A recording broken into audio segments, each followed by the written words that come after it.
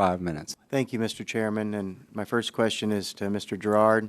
Mr. Gerard, in the present State of the Union address, he called for increased American-made energy resources. But as we know, actions speak louder than words.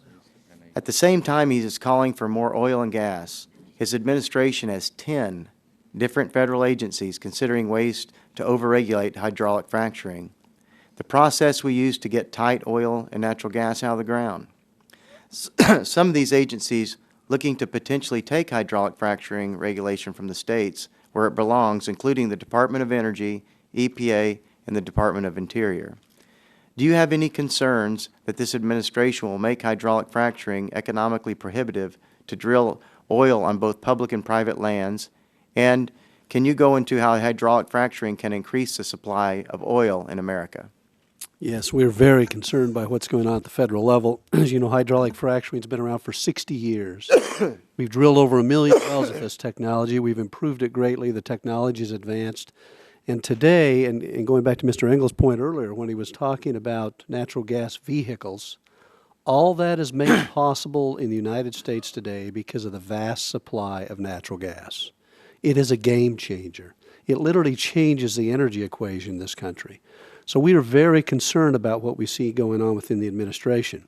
A week or so ago, EPA Administrator Jackson commented, she said, well, the states are doing a good job of regulating. Well, they've been there for many, many years. The governors think they're protecting their land, their water, and their people very well. Our greatest concern is that the federal government's now going to come in and overlay yet another layer of regulation, could duplicate, conflict, or to crank down our ability to produce these vast resources here in the United States. As you mentioned today, there are 10 federal agencies looking to regulate natural gas. Now, we've got the Center for Disease Control. We've got the Army Corps of Engineers. We've got the Department of Agriculture. All these you probably haven't thought of before are looking to regulate hydraulic fracturing in one way or another.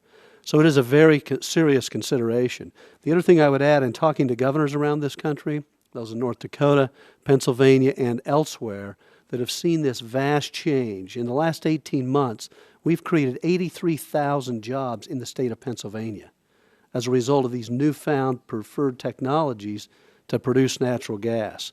Governors are very worried the federal government is going to come in and overlay another level of regulation that will discourage this production.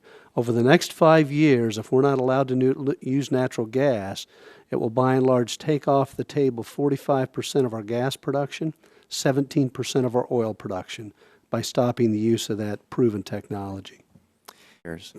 I believe there's probably over 1 million fracs, I believe. There are. Has there ever been one instance, Mr. Gerard, that you can point to that it's ever gotten into groundwater? There are 0 confirmed cases of groundwater contamination after 60 years of hydraulic fracturing over 1 million wells. Why do you think that we've done it for, it's not a new technology, we've done it for a long time. Why all of a sudden all this talk about it's so bad? Well, it tends to be heavily driven by those who would prefer to move us off of fossil fuels and specifically off natural gas and oil. Thank you very much.